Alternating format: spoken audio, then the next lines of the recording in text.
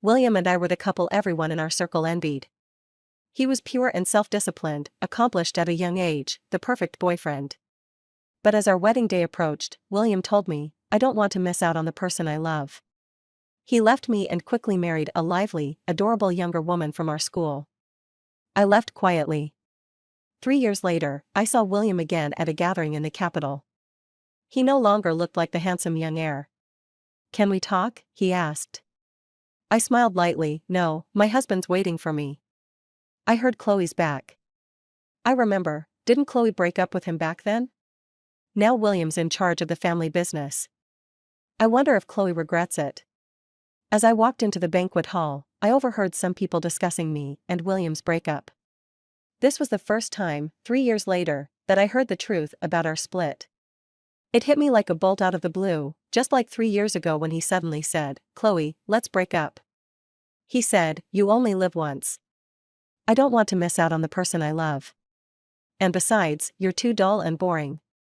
At the time, I thought it was just a whim, but the next day, he posted a photo of his wedding ring on Instagram. The caption read, "People need to live for themselves once in their lives." That's when I realized he wasn't asking me, he was informing me of his decision. After a period of feeling down, I quietly left the country to study abroad. But I never expected that he would tell others I was the one who broke up with him. He kept all the good reputation, while I became the bad woman who was greedy and ungrateful. Isn't that Chloe? Old friends spotted me and came over. One of them asked, "Why are you so late?" I answered, "I was held up by something." They looked me over and sighed. "You're getting more and more beautiful, your skin's so smooth it looks like you could squeeze water out of it. Yeah, you're a violinist now, your aura's completely different. She's an artist now, there's no comparison with us debutantes." Noticing some of the friends weren't exactly sincere, I smiled faintly and changed the topic. After chatting for a while, someone said, "William's here." If 3 years ago, William was the center of attention in the crowd, now, he looked tired and weary. A friend whispered, "Although William's now in charge of his family's company, he has a troublesome woman at home." I was about to ask when William looked over. Our eyes met, and he froze for a moment before slowly walking toward me. "It's been a long time." I nodded distantly, "Long time no see." Our friends, being sharp, cleared the space for us. This was the first time we had met after the breakup, 3 years later. I never imagined it would happen at such a gathering. William spoke first, "You look like you're doing well." "Yeah, I'm doing okay. I heard you're having a concert soon. Congratulations, you've realized your dream." His tone was casual, as if we were just old friends chatting about the weather. I smiled faintly, "Thank you." The atmosphere grew quiet, and for a moment, it became awkward. William broke the silence first. "I didn't handle things well back then. I shouldn't have been so willful." I said lightly, "It's all in the past." William seemed like he wanted to say more when a figure rushed toward him, throwing herself into his arms from behind. Surprise! William pressed his lips together tightly and pulled her away from behind him. She quickly looped her arm through his and reached out her hand toward me. "Hello, I'm William's wife, Emily." This wasn't the first time I had met Emily. 3 years ago, I had seen her a few times at William's company. She was a cute girl. William had mentioned her once, saying they had a great rapport. At the time, I didn't think much of it, but looking back, the signs had always been there. Out of politeness, I shook her hand lightly. "You guys talk. I'll excuse myself." I went to the restroom and, after tidying up, found an unread message on my phone, "If you don't come out, I'm coming in to get you." I replied, "Can I have another 10 minutes? A quick reply came, "Sure, but you owe me tonight." After leaving the restroom, I passed by a lounge. The door was slightly ajar, and without thinking, I glanced inside, only to see William scolding Emily with a grim face. "This is not the place for you to make a scene. Go home now, I have things to take care of." Emily was crying, looking pitiful. "What's so important? You just heard Chloe's back and now you want to rekindle your old flame with her? I followed you right after I graduated, and you're treating me like this?" William looked exhausted. "I told you, there's nothing between me and her. Why don't you believe me?" Emily wouldn't let it go. "You've known her for nearly 20 years. How can I believe you? Yeah. William and I had been childhood sweethearts for nearly 20 years, but in the end, his words still couldn't beat his one statement: I don't want to miss out on the person I love. Emily knew exactly how he had fallen out of love with me, so how could she trust him to be with me? But none of that mattered anymore. Back in the banquet hall, my friends pulled me into conversation. In the middle of it, William came in, bringing Emily with him. In the end, he couldn't bear to send away the one he loved. They sat down across from me. The conversation between the friends became awkward, and they began talking in half-hearted fragments. Suddenly, Emily pointed at my neck and gasped, "Did you hurt your neck?" I instinctively covered my neck and awkwardly said, "No, it's not injured." Emily, disregarding my discomfort, walked over and tried to pry my hand away to examine my neck. How could it be uninjured if it's red? I had no defense, and she removed my hand, revealing a mark just below my collarbone. It was clearly a mark from something else. Emily shot a meaningful look at William. I quickly fixed my collar, my expression displeased. The adults in the room all shot her disapproving glances, but Emily seemed completely unaware of her rudeness. She tentatively asked, "You've been single for so many years after breaking up with William, have you gotten a boyfriend?" Before I could respond, William lowly scolded, "If you keep being so rude, I'll have someone send you home." Emily, looking aggrieved, said, "I'm just trying to show concern for your friend, no malice intended." William's face turned pale with anger. "Shut up." He seemed like he wanted to apologize, but I stood up first. "I've got something to do. I'll be leaving now." I had just walked up to my car when someone pulled me into an embrace. The deep, magnetic voice of a man whispered in my ear, "You're 1 minute late." I couldn't help but laugh. "Thomas, you're too controlling. I'm generous enough to let you meet your ex." I was momentarily speechless. "Come to my place tonight?" I nodded.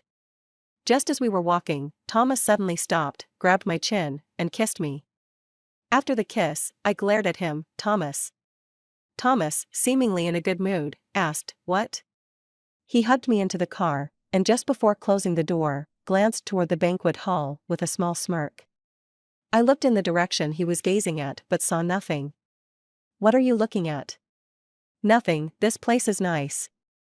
I didn't suspect anything. "It is nice here." The next day, my friend Frida called. After catching up, she suddenly shifted the topic. "I heard William and Emily had a huge argument last night. William even mentioned divorce. Even though it was said that you broke up with him, William got his marriage certificate the day after. He's not exactly a good guy." I said, "It wasn't me who broke up with him back then." "What?" I told her what William had said, and after hearing it, Frida ground her teeth in anger. "That scumbag has been slandering you all these years. I can't stand it. I'll go clear your name right now." "It's fine, it's all in the past." Perhaps it was because I had talked with Frida for too long that I suddenly remembered the night William had broken up with me. I had made a table full of dishes he loved. He didn't come home until 11 p.m. When he walked in, he didn't even glance at the dinner table and headed straight for the study. I called out to him, "How about eating first, then you can get back to your work?" He replied, "I've already eaten." But that day was our anniversary. He had promised in the morning that he would come home to have dinner with me. Before I could say anything else, William got a phone call and was about to leave. I stopped him. "Today is our anniversary." He stared at me for a long time, so long that I thought he might feel guilty. But then he suddenly spoke. "Chloe, maybe it's better if we just end it." I stood there, stunned, and after a long pause, I asked him why. He said, "You're too boring and rigid. We've known each other since childhood, we're too familiar with each other. You only know how to read and play the violin. You don't have any other hobbies. You're just too dull. I don't want to spend my life with a wooden person." That night, he left and never came back. I sat alone for the rest of the night, still hoping that maybe he was just in a bad mood when he said all those things. But I was wrong. After the breakup, I fell into a deep depression for a long time. My parents, worried that I might spiral, decided to send me abroad to continue my studies and take my mind off things. Even after leaving, I didn't immediately get over the relationship. I often went to bars to drown my sorrows. That was when Thomas appeared. He found me completely drunk and took me back to his place, staying up all night to take care of me.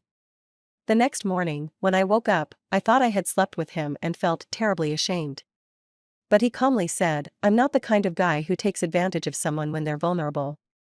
When he found out that my school was near his office, Thomas would often pick me up and take me out for meals. One thing led to another, and we became friends. It wasn't until 6 months ago, when I passed my violin exam, that things changed. I invited him to dinner and, on the way back to my school, he suddenly asked seriously, "I've been chasing you for so long, don't you think it's time to give me an answer?" Looking at this man, so capable and charming in every way, I foolishly agreed without thinking. The day William asked to meet, I was trying on a wedding dress for a friend. I gave him the address of the bridal shop. By the time he arrived, I had already changed into my regular clothes. He suggested we sit across the street for a while. I replied, "Let's sit here." If Thomas knew I was meeting William alone, it would cause trouble. As I sat down on the sofa, I felt a sudden sharp pain in my thigh, like an electric shock. Thomas had bitten me quite hard, and the aftermath was intense. I grabbed a soft pillow to cushion myself and asked him, "Do you need to meet just to tell me something?" William pulled out a jewelry box and said, "This belongs to you. It's time to return it to its rightful owner." I opened it, and inside was the engagement ring he had given me years ago. I looked at him coldly and asked, "What does this mean?" "This is your ring, I have no right to keep it. Anyone who breaks up would not keep the engagement ring." William was just here to rub salt in the wound. I was furious, so I grabbed a glass from the table and took a sip of water. I don't know if I drank too quickly or what, but I choked and started coughing violently. William reached out to help, but a large hand beat him to it, gently patting my back. "Don't worry about it. My girlfriend just choked." William furrowed his brows. "She hasn't eaten anything, how could she choke?" "She had breakfast, a fishbone. It got stuck for 20 minutes, but she got it out." William looked confused at first, then his handsome face tightened, his clenched fist bulging with veins, his eyes flickering with barely contained rage. The two men stared at each other, neither one backing down. I don't know how long it took, but I finally calmed down and said to William, "You can keep it if you want, or throw it away, whatever." After leaving the bridal shop, I grabbed Thomas's hand. "Don't be mad, I didn't know he would bring that over." Thomas clenched his jaw. "You met him in private? But this is your turf, Thomas. I'm over him. We're in the past now, and it'll never happen again." Though Thomas still looked serious, the slight curve at the corner of his mouth betrayed him. I linked my arm with his. "I saved you a good seat for tomorrow's performance." "Now that's more like it." On the day of the performance, William showed up. From across the crowd, I saw him being led to the seat I had reserved for Thomas. Maybe it was just my imagination, but I could have sworn I saw William give Thomas a provocative smile. Thomas didn't acknowledge him and kept his gaze fixed on the backstage. I called my assistant over and gave a few instructions. After she left, someone walked over to Thomas, whispered something to him, and then led him upstairs to the best private box. When I looked back at William, his smug face had turned dark. But I didn't care. After the performance, I went backstage to wait for Thomas. To my surprise, it wasn't Thomas who came, but William. He held a bouquet of flowers. "Chloe, you look really beautiful today." I didn't take them. "Thank you, but I won't be accepting the flowers, to avoid any unnecessary misunderstandings." "Is it because you're afraid he'll misunderstand?" "Yes." "You've changed," he said. "You're not like this before." "No, I've always been like this." After we got together, I kept a distance from all other men, never letting him misunderstand. It seemed like something clicked in his mind, and his thin lips tightened. "So, now you want to keep your distance from me?" "Yes." There was a flash of pain in his eyes, but it quickly disappeared. "I came to tell you that in a couple of days, there's a college reunion. Everyone hopes you can come." I nodded. "I'll be there." I had good relationships with my college friends, and I didn't want to miss the chance to meet them just because of William. After sending William off, Thomas immediately walked in. His face was expressionless, so I couldn't tell if he was angry or not. I told him about William's visit. Thomas remained emotionless. You're going? Yes, it's been a long time since I've seen them. He nodded indifferently, but the smug look he tried to hide only made me laugh. I took his hand. I want you to come with me. This trip back was to prepare for the engagement and wedding, and it was the perfect time to introduce Thomas to my friends. That way, any rumors about me would be shut down. The day of the reunion, Thomas had cleared his schedule to be with me. Just as we were about to leave, I received a call from Frida. Chloe, I just got the notice. We can't bring partners today. I asked around, and they said William is the one organizing it, and he's the one who made the no partner rule. That's just outrageous. Who doesn't bring a partner every year? Maybe he doesn't want his wife there, so he's pulling this stunt. Frida and the others thought William was doing this to keep his wife from attending. But we both knew he was targeting Thomas. I looked at Thomas. Thomas curled his lips, and a cold, dark light flickered in his eyes. I'll see what kind of trouble he can stir up. Thomas made a few phone calls, then we headed out together. When we reached the door of the private room, Thomas asked me to go in first, and said he would follow shortly. Just as I was about to knock, I overheard someone mention my name inside. I've heard, Chloe found herself a 60-year-old man abroad. What good does it do her now? She got that life by using her body. With that model figure of hers, what man wouldn't be confused? If I had a body like hers, I'd go for a rich guy too. William, I heard you've met her man? William's voice was cold and emotionless. I haven't met him. Well, the rumors must be true then. Luckily, you broke up with her early. A woman like that is no good. Who says not? Emily's definitely the one who'll know how to please, right? William seemed to chuckle. Life can't be too dull. I had never seen this side of William. He had always been sensible and knew how to keep things in check. But now, driven by his own selfish desires, he was willing to speak without conscience. The person I once knew was completely gone, and it made me shudder. When I pushed the door open, everyone stopped talking and looked at me. I walked straight up to William and slapped him across the face. The lively room suddenly fell into an eerie silence. William, with a composed face, stared at me without saying a word. One of his friends spoke first. Are you crazy? I looked at William and said, when you broke up with me and badmouthed me outside, I didn't hold it against you because I didn't know the truth. But now that you know everything, you still join them in throwing dirt on my name. William, you really make me look down on you. Several of his good friends couldn't stay quiet. What are you talking about? He's just telling the truth. Why are you getting so worked up? I held my temper and said, I want to ask, which part of what he said was the truth? Was it when he dumped me the night before and married someone else the next day? Or was it when he brought his old ring to taunt me and my fiancé a few days ago? Everyone exchanged glances. Maybe William's fake persona had been so successful over the years that some people were still defending him. I know you can't let go of William, but didn't you cheat first? Exactly, you're regretting it, but don't destroy other people's families. No matter what they said, I didn't flinch, keeping my gaze fixed on William. The atmosphere in the room grew increasingly strange. Someone tugged at my sleeve, signaling me to let it go. Finally, William spoke, the first words he said after I walked in. Stop dwelling on the past. I pondered his words and suddenly burst out laughing. William's gaze deepened slightly. We've all gathered here today. Don't ruin the mood.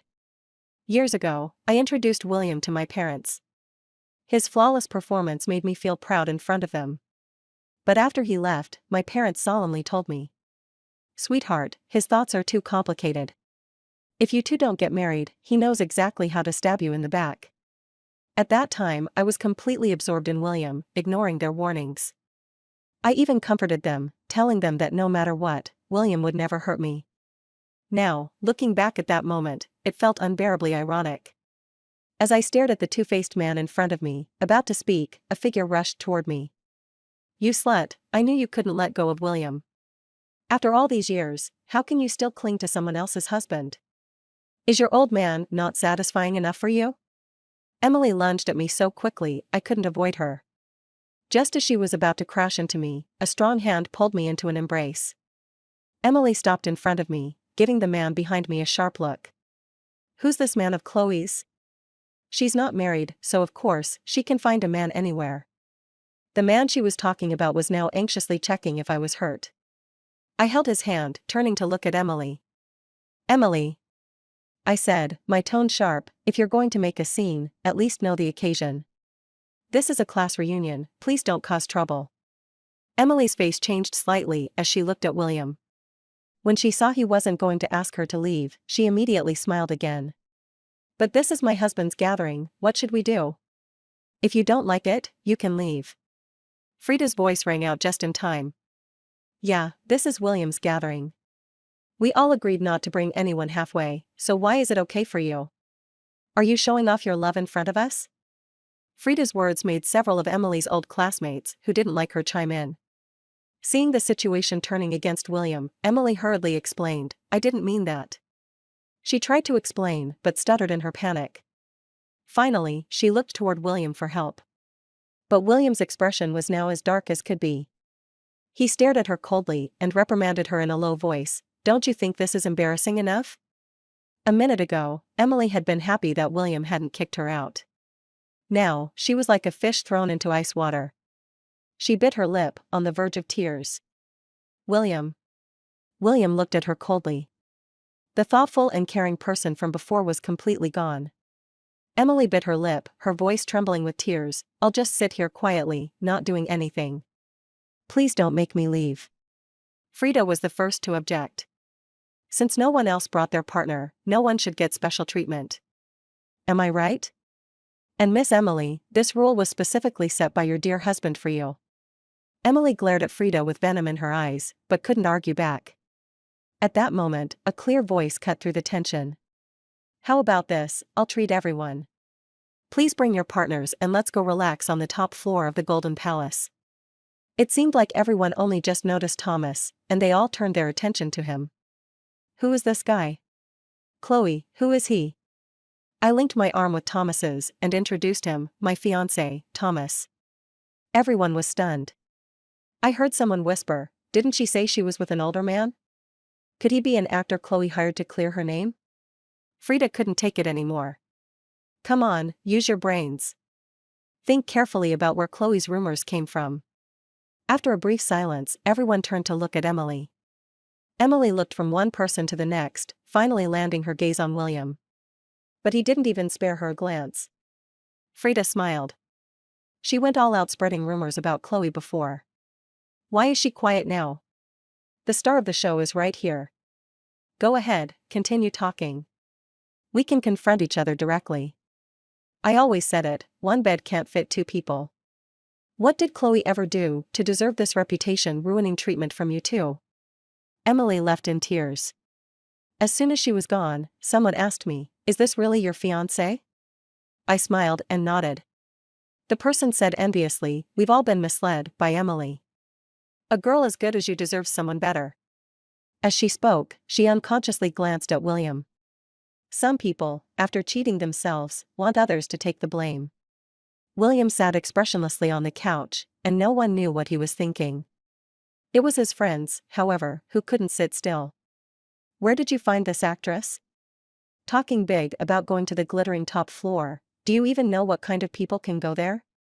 I heard the rooms on the top floor are reserved and not open to the public. Maybe your fiancé can figure out a way to get us a tour. The men burst into laughter at that. Next time, pick an actress with a broader knowledge base, so you don't end up embarrassing yourself like this. Meanwhile, William looked at Thomas, but quickly shifted his gaze away. Frida couldn't take it anymore and walked over to me. Let's go. If they want to stay, let them. I don't want to miss out on the opportunity. As she moved, several other girls followed. William, who had remained silent up to that point, suddenly spoke. Chloe, there's no need to make a small issue into something irreversible.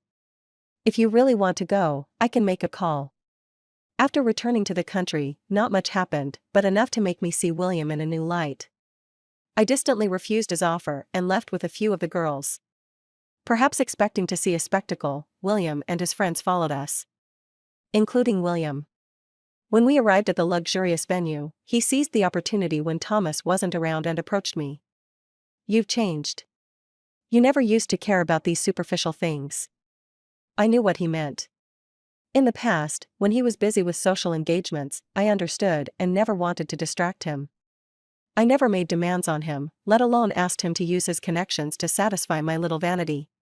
He glanced at Thomas, who was on the phone nearby, and said, "Chloe, he's not right for you." I couldn't help but interrupt him. "Whether or not he's right for me, I already know. There's no need for you to worry." William frowned slightly. "What do you hope to gain by holding a grudge against me? Maybe you should think more about how to cover up his lie, so you don't end up losing face in front of your classmates."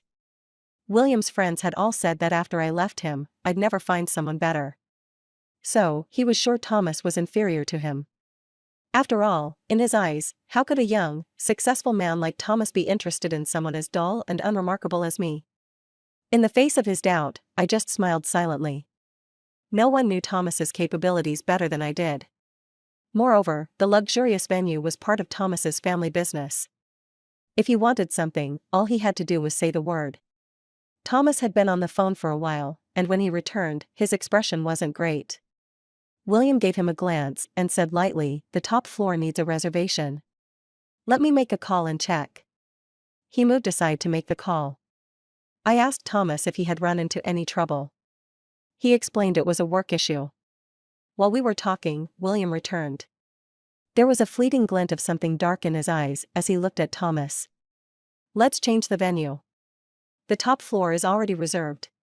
But Thomas replied, "No need. Everything is ready upstairs. Let's go up." William blocked him. "Don't bring Chloe. She can't handle the embarrassment you're about to cause." Saying this, he reached to grab me. Just as his hand was about to touch me, Thomas pulled me into his arms. The atmosphere between the two men immediately became tense. This scene caught the attention of our classmates. William's friends, upon learning what had happened, began mocking Thomas.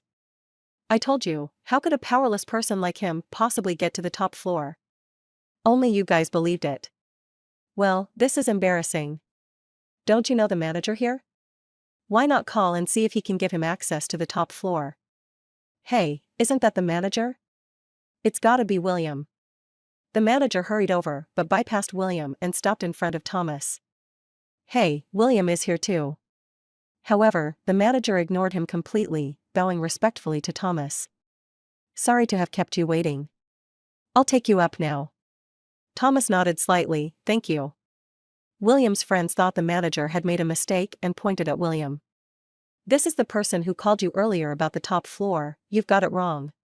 The manager finally looked at him, frowned, and said, "Oh, Mr. William, I see. Are you also here for the party?" William nodded. His friend added, "He called you earlier about the top floor." The manager replied, "Oh, the top floor has already been reserved by the young master. If you want it, you'll have to wait until tomorrow." With that, the manager turned back to Thomas. "Everything is ready, let me take you up." Young master? Could it be? The way everyone looked at Thomas changed multiple times. And then, all of them fell silent at once. Clearly, neither William nor his friends had realized that Thomas was a member of the most powerful family in the city. After all, he had been abroad for years, and very few people knew who he was. That night, William and his friends awkwardly stayed until the end of the party.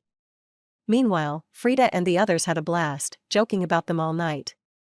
Thanks to them, William's actions spread quickly, and his reputation within the circle took a nosedive. Of course, that's another story. After the reunion, Thomas took over his family's business. Though he was incredibly busy, he still found time to send me messages and prepare little surprises. If I hadn't gone to his office that day without letting him know, I might have never known he had fought with William. When I arrived, he tried to hide. But there was nowhere to hide, so he finally told me the truth. William had asked to meet him, and they started fighting without saying a word. I silently applied ointment to his wounds. "Are you angry?" Thomas asked. "Of course not," I replied, but I unintentionally pressed harder. Thomas sucked in a breath. He pulled me into his arms and explained, "This is how men solve problems. He won't bother you again." "Thomas," I called, "for me, he's already a thing of the past. Don't waste any more time on him." He smiled. What should I do then? He's still thinking about you. I laughed in exasperation. He's him, and you can't control his mind, can you? Thomas smiled with his eyes. Not angry anymore? He's not that great. I made sure to hit where it wouldn't be seen. I poked at the bruise on his cheek. So you made sure he hit somewhere visible? Thomas didn't deny it. That way, you'll feel bad for me. He said softly, I have a business trip tomorrow. Will you come with me? I shook my head. Thomas thought I was angry and tried everything to cheer me up. I sighed and finally agreed. What I didn't expect was that during the business trip, I would run into William. And even more unexpectedly, Emily was there too. The hotel had a hot spring, and I heard Emily's voice while I was soaking in it. She was talking to a friend. That bitch Chloe just won't leave me alone. She thinks that by finding some good-looking guy, she can break me and William up. She should remember how I got William in the first place. She probably doesn't know that all the money she couldn't bear to spend ended up in my pocket. William says she's boring and dull, but that's not true, she's just stupid. Her friend said, you really know how to handle William. Emily replied, don't remind me. Now that she's back, I have to be extra careful, or I'll lose my position. If she hadn't come back suddenly, I wouldn't have had to work so hard to tie William down and follow him here.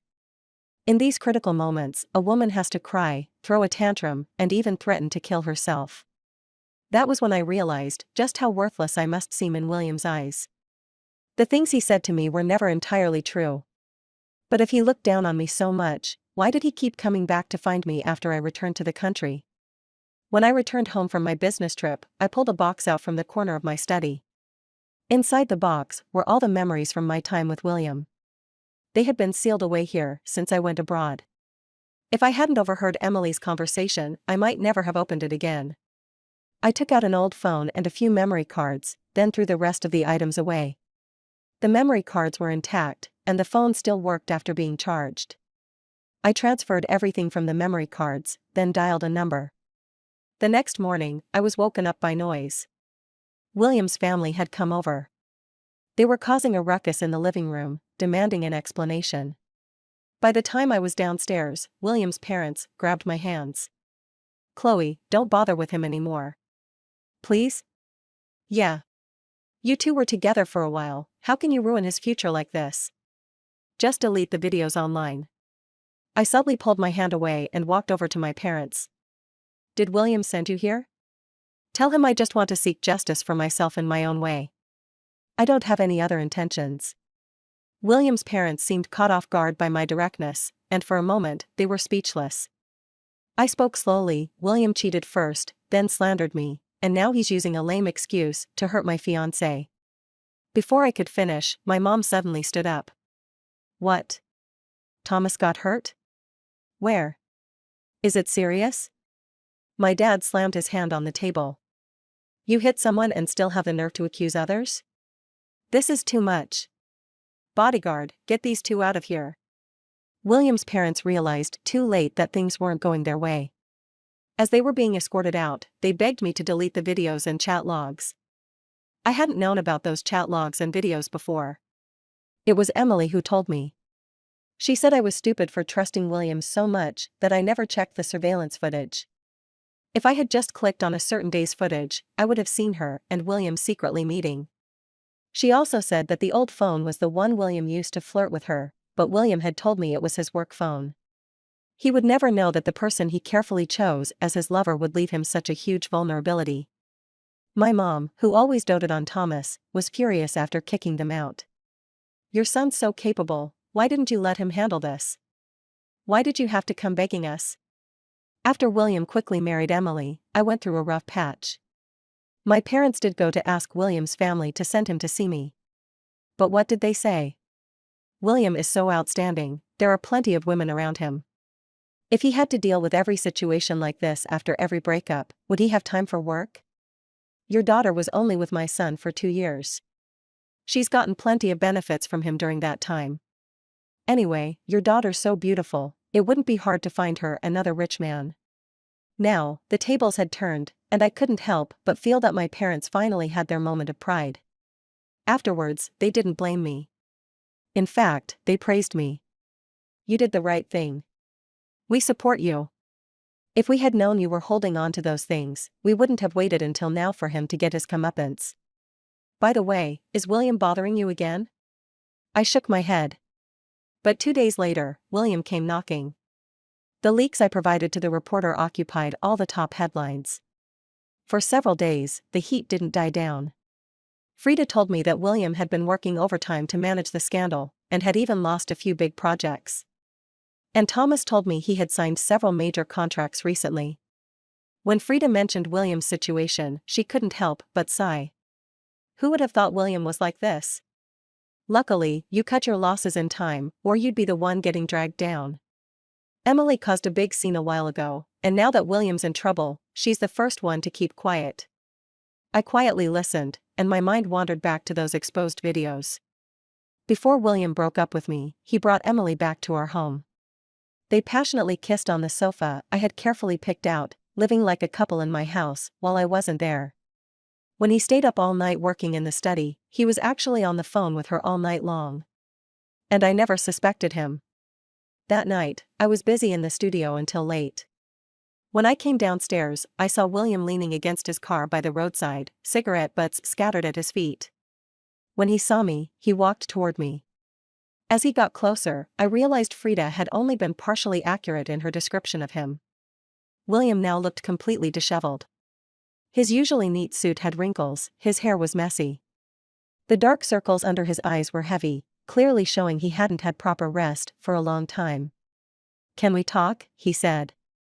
"No, my fiancé's waiting for me." William pinched the bridge of his nose. "You're the one who leaked those videos and chat logs, right? Do you really have to be so heartless?" I distanced myself from him coldly. "There's no such thing as heartless. I just want to seek justice for myself." William's face darkened. "Do you know those things you released could destroy me?" I met his gaze calmly. "I know. I thought you were different from other women, but I never expected you to be even more vicious. I was wrong to you in the past, but didn't you have any problems?" Years had passed, and the first time we talked about breaking up was in this situation. He still seemed to believe he had done nothing wrong. The problem was with me. I'm boring. I shouldn't have exposed the evidence of his infidelity and ruined his future. But where did I go wrong? I'm a man, and you were indifferent, making me feel useless and invisible. Do you understand? "I don't," I said. "If you don't like me anymore, you could have just told me. Instead, you chose to hurt me." "I didn't mean to, I interrupted him. "You just wanted to seek excitement. You married her the day after we broke up and told everyone I cheated, right? William, we're both adults now. Let's stop pretending. After this, we owe each other nothing." Footsteps approached from not far away. It was Emily. She wanted to get closer, but seeing William there, she hesitated. William noticed her too, his brow furrowing even more tightly. "What are you still following me for?" Emily paused, her voice cracking as she replied, "I'm sorry, I really didn't mean to."